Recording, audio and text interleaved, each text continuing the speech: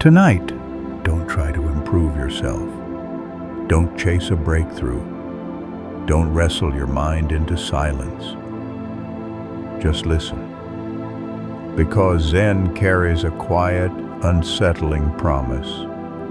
Sometimes the thing you have been searching for does not arrive after you find it.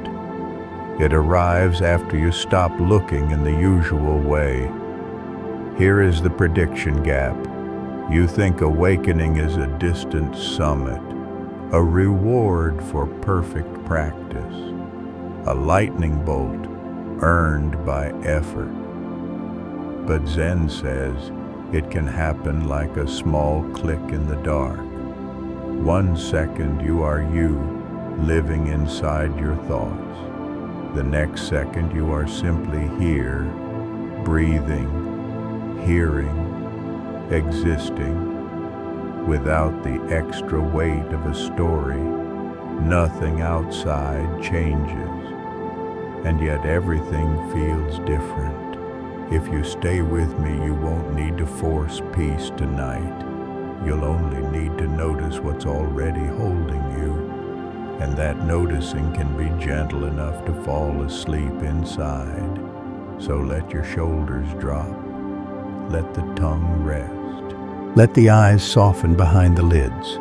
You don't have to focus hard. You don't have to do meditation. Just allow the room to be the room, and allow your body to be the body. Zen is often described as sudden, but sudden does not mean random. It means the moment of seeing is immediate, even if the ripening took years. Think of a fruit on a tree. The fall is sudden, but the sweetness was quietly forming long before. Sometimes what falls is not a fruit. It is a belief, a tight idea of who you must be, a hard identity you've been carrying like armor. And when that identity drops even for a moment, you experience what Zen points to.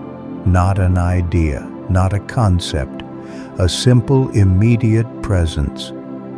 Tonight, I want to guide you through a few stories that Zen lovers return to again and again. Not because the stories are grand, because they are ordinary. And Zen loves ordinary, because ordinary is where you live. Ordinary is where awakening hides. Let's begin with a man who thought mastery would save him. His name was Sennen. He was a calligrapher in a city where ink was treated like prayer. People praised his work from a young age. Teachers said his brush was born ready. By 25, his scrolls hung in galleries. Strangers bowed slightly when he passed. And still Sen felt hollow. He had seen ancient writing by true masters. Not just correct lines, living lines, characters that seemed to breathe. Sen's work was precise, but it felt stiff, perfect, but lifeless. He heard of an old teacher named Tao living near the forest. She accepted few students. She was said to be cold, impossible, unimpressed by talent. That sounded like exactly what he needed. If she was impossible, then maybe she could push him into greatness. Sen traveled to her small house. He brought his finest scrolls rolled carefully like gifts. Tao looked at them in silence, long enough for hope to rise. Then she rolled them back up and handed them to him. Not yet. 2 words, no explanation. Sen asked for corrections, for rules, for the missing technique. Tao only said, "Come back when you have something different to show me." He returned to the city furious. He practiced harder. refined angles, changed styles, studied old masters. He filled boxes with paper. He wore down brushes like bones. 6 months later, he returned. Tao looked. Not yet. He returned again. Not yet. Years passed this way. Each time he came with work he believed was his breakthrough. Each time she dismissed it with the same calm refusal. Not yet. Eventually his anger became despair. His pride started to crack. He began to realize the teacher wasn't rejecting his skill. She was rejecting something inside his skill, something he couldn't name. On his 5th year, he finally exploded. He accused her of wasting his life. He demanded an answer. He shouted until his throat hurt. Tao listened without blinking. Then she said as quietly as ever, "Come back when you have something different to show me." Sen did not return for 2 years.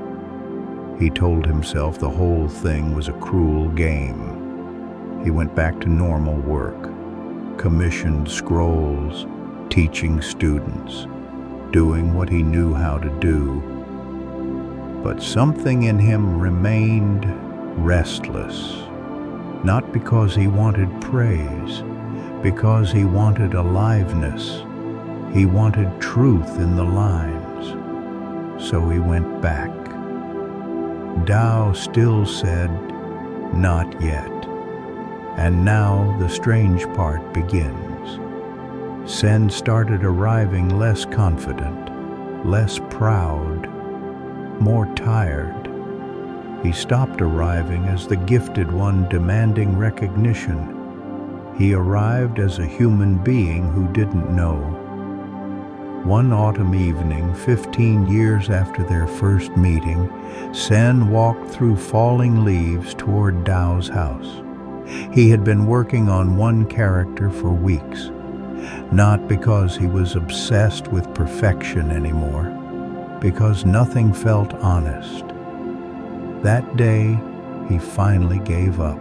Not gave up practicing, gave up trying to be impressive, gave up trying to force mastery. He made the character the way his hand made it. No performance, no show, just brush, ink breath. He almost didn't bring it. It felt too simple, too ordinary, almost careless. But he was too tired to keep pretending, so he brought it. Tao looked for a long time. Sen braced himself for the familiar dismissal. Instead, she asked, "What happened?" Sen didn't understand. "What do you mean?" "This is different," Tao said. "Tell me what happened." Sen searched his mind for a technique, a discovery, a method. There was none. "I gave up," he said. "I stopped trying to make it good. I just wrote." Tao nodded once. Then she said something that hit him like a bell in empty air. "This is the first honest work you have shown me." Sen felt heat behind his eyes. He wanted to argue. He wanted to explain his years of effort. But the truth landed deeper than argument. Tao continued.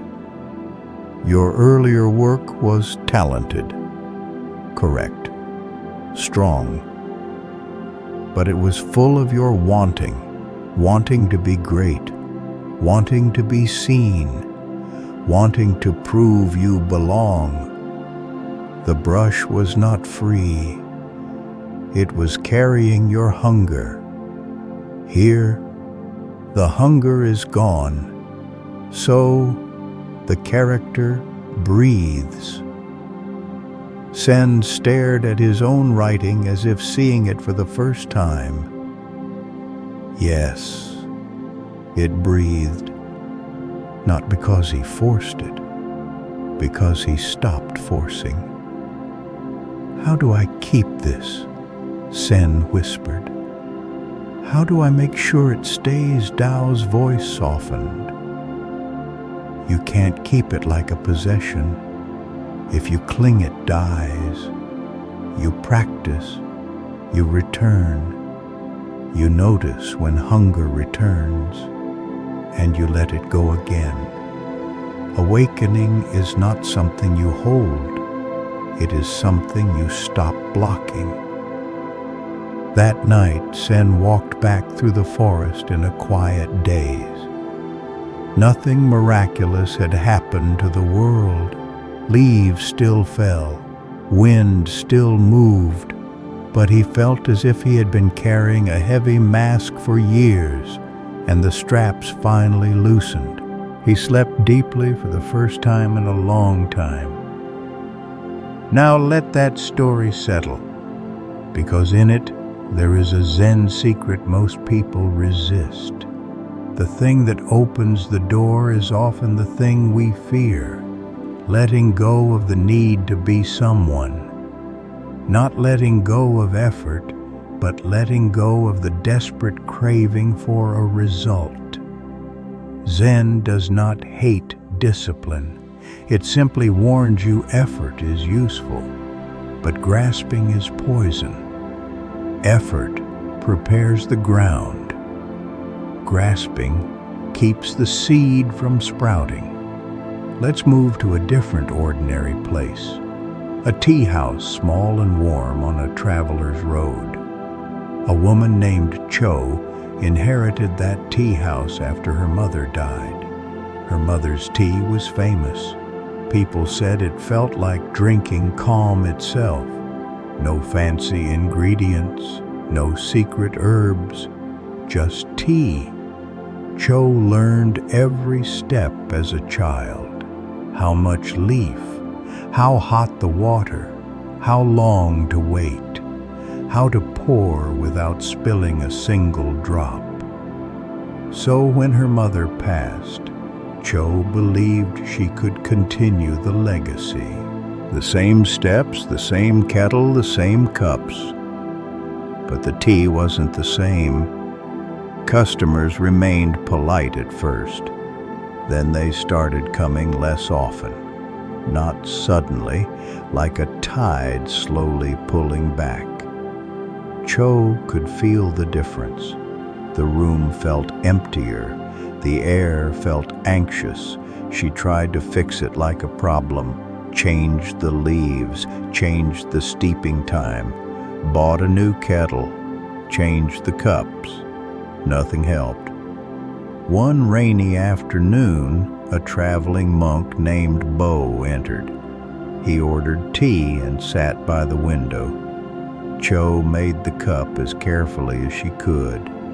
Her hands were steady, but her heart was tight. When she brought it, Bo didn't drink immediately. He held the cup and looked at the steam as if listening. Then he asked, "Are you unhappy?" Cho felt the question break something open. She sat down and confessed everything. The fear, the guilt, the sense of failing her mother, the endless trying to get it right. Bo listened, then asked, "When you make tea, where is your mind?" Cho answered honestly. "In the past, in comparison, in judgment. I'm trying to make it like my mother did. I'm worried the customer will taste the difference." Bo nodded. "So your hands are here, but your mind is not." Cho frowned. "But I do the same steps." Bo's voice was gentle and clear. "The steps are not the tea. Your mother's tea was made by your mother's presence. "You are making tea with fear, and the tea carries fear." He took a sip, paused, and said softly, "This tea is made by someone who is trying too hard." The words stung, not because they were cruel, because they were true. Bo returned the next day and the next. He sat by the window and watched. Sometimes he spoke, mostly he didn't. His silence became a mirror. Cho began to notice her own leaving, her mind running to the memory of her mother, her mind rushing to customers' reactions, her mind building a story of failure. Each time she noticed, she tried to return. Just water, just leaves, just this cup, just this pour. It wasn't perfect. Some days she forgot immediately. Some days she remembered only at the end, but slowly she tasted small moments of presence. Then one evening, after a sleepless night, Cho was too tired to worry. She made tea without performing, without comparing, without chasing good enough. She simply made tea. An old woman took a sip and looked up surprised. "This," the woman said, "tastes like the tea from years ago." Cho felt her breath catch. Not pride, relief, a quiet recognition. Presence had returned not as an achievement, but as a natural state when fear was exhausted. Cho asked Bo, "How do I keep it?" Bo smiled slightly. "Don't keep it. Practice returning. You will leave again, and you will come back again. That is enough." Bo left the next morning and never returned. But the teaching stayed in Cho's hands. This is Zen in a teacup, not a mystical secret, a human secret. When you are here, the world is alive. When you are elsewhere, the world is dull. Now, there is a third story I want to offer you tonight, because sometimes awakening is not opened by exhaustion from striving. Sometimes it is opened by loss. Not because loss is good. Loss is painful. It tears. It empties.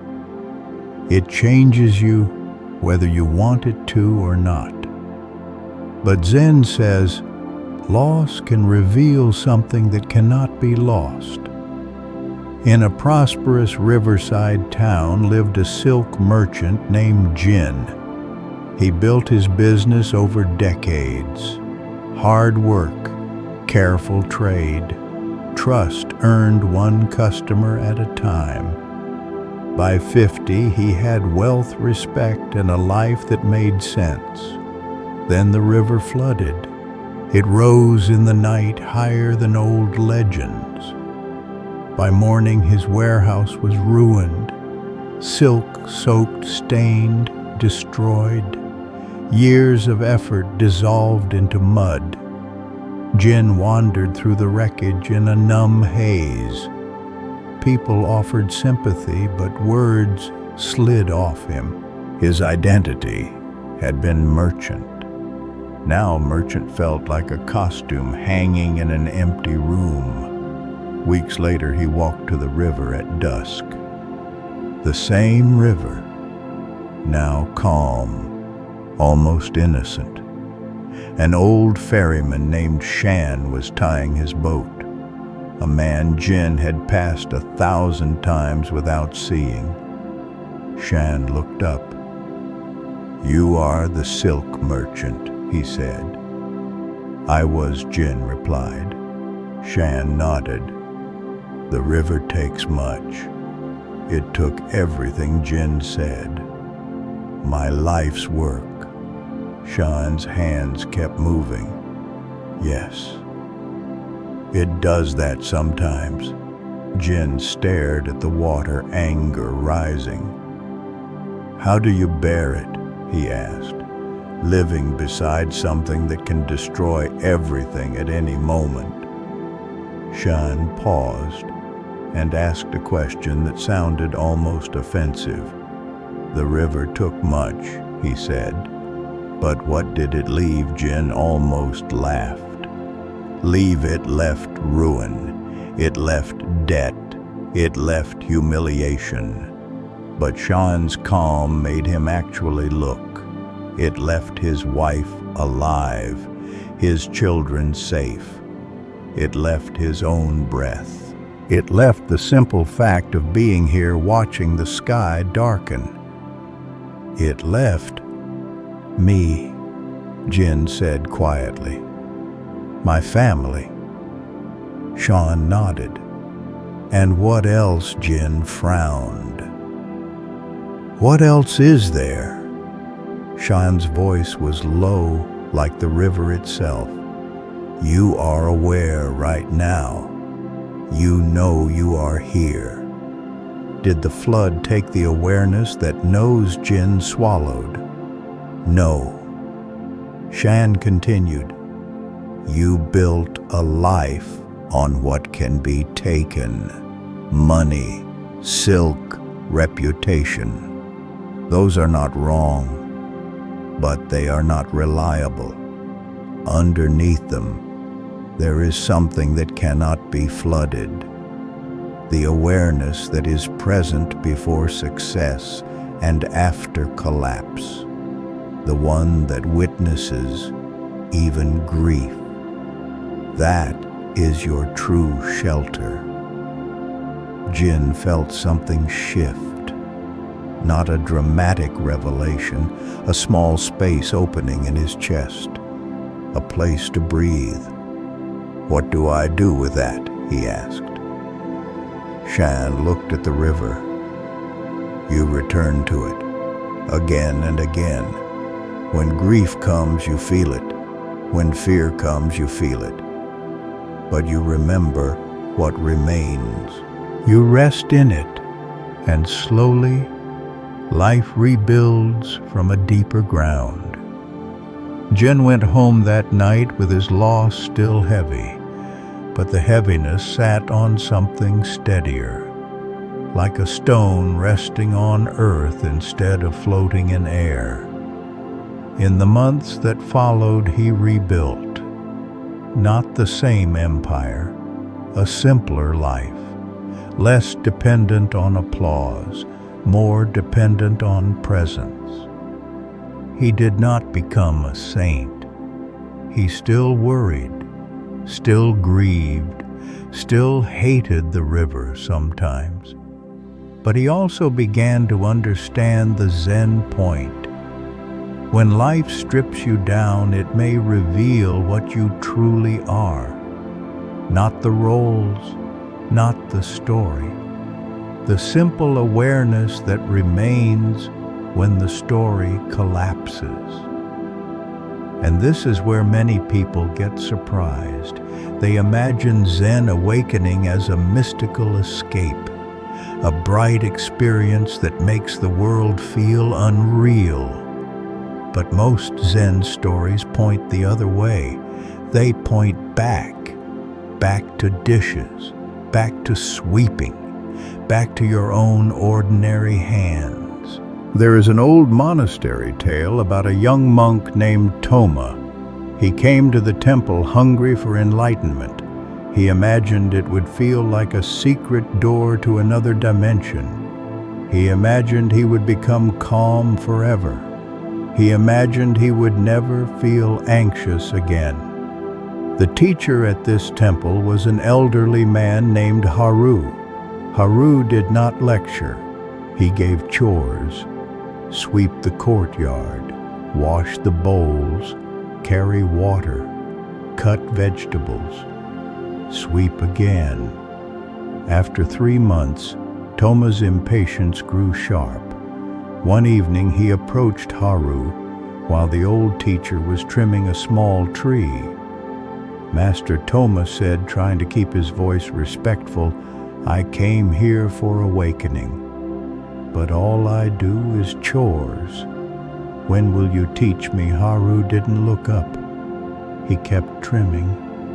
The leaves fell quietly into his palm. "I am teaching you," Haru said. Toma's frustration boiled over. "This can't be it," he blurted. "Sweeping is not awakening. Washing bowls is not awakening." Haru finally looked at him. Not angry, not amused, simply clear. "What do you think awakening is?" Haru asked. Toma hesitated. A bright mind wants bright answers. He wanted to say something impressive, but honesty slipped through. "I think awakening is freedom," he said. "Freedom from my mind. Freedom from suffering." Haru nodded slowly. "Good. Then tell me, when you sweep, where is your mind?" Toma frowned. "Usually, everywhere else. I think about my past. I think about the future. I think about whether I'm wasting time." Haru pointed to the broom leaning against the wall. "And when you are everywhere else," he said, "who is sweeping?" Toma didn't answer. Haru picked up the broom and began to sweep the stone path in front of them. Each movement was simple.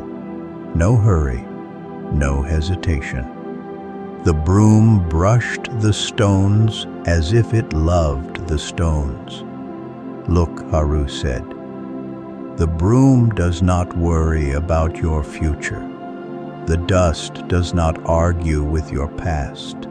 This moment is not refusing you. You leave. That is why you suffer. Not because life is unbearable, but because you are not here for it." Toma watched the broom. It was just a broom. And yet something about Haru's sweeping felt complete, as if the whole universe was sweeping itself through those hands. Haru handed the broom to Toma. "Now you," he said. "Don't try to be calm. Don't try to be spiritual. Just sweep." Toma swept. At first he performed. He tried to sweep like a Zen monk. He tried to be serene. He tried to be good. His mind was still busy. Haru stopped him. "Stop acting," he said. "Just sweep." Toma tried again. He felt embarrassed, then annoyed, then tired. And in that tiredness, something softened. He stopped performing, stopped judging, stopped rehearsing his own image. He felt the weight of the broom, the sound of bristles on stone, the cool air on his face, the small motion of his wrist. Just this. No commentary. A quiet clarity opened. Not fireworks, not visions. Just an ordinary moment without a second layer of mental noise. Toma froze. His breath caught. Haru's voice came softly. "Don't grab it," he said. "If you grab, you leave again." Toma continued sweeping. The clarity flickered, returned, faded, returned. And he realized something simple and strangely relieving. Awakening wasn't a big experience he could keep in his pocket. It was the mind stopping its habit of running away. That night, Toma washed bowls in the kitchen. Water warm, soap scent faint, hands moving slowly. And for brief moments, he was simply there, not trying to become enlightened, just washing bowls. He went to sleep with a tenderness he hadn't felt in years, not because he achieved something, because he stopped fighting the night. Now this story carries a gentle twist. The practice is not to manufacture special states. The practice is to stop abandoning ordinary life. If you can be here for one breath, that is a complete path. And if you can't, that is also the path, because noticing you have left is already the beginning of returning. Now, come back to your own breath, because the most important part of Zen is not in stories. It is in you right now. If you want to practice tonight, it can be this simple. Notice when you leave and come back. You leave when you start arguing with the moment. You leave when you replay the past. You leave when you build the future in your head like a second movie. You leave when you judge yourself as behind or not enough. And you return by feeling what is actually here, the weight of your body, the air moving in and out, the sound in the room, the quiet around the sound, the warmth of a blanket, the coolness of night. Return does not need drama. Return is a gentle touch. And here is another prediction gap. You may think presence will feel intense, like a powerful experience. But often presence feels ordinary. So ordinary, the mind gets bored and tries to leave again. That boredom is not a problem. It is a doorway, because beyond boredom is a deeper stillness. A stillness that does not demand entertainment. A stillness that can hold you in sleep. In Zen, awakening is not a trophy. It is not a final badge. It is more like learning to walk. The first step is shocking. Then you take another and another. And you keep walking for the rest of your life. You will forget. You will return. You will forget. You will return. And each return is fresh.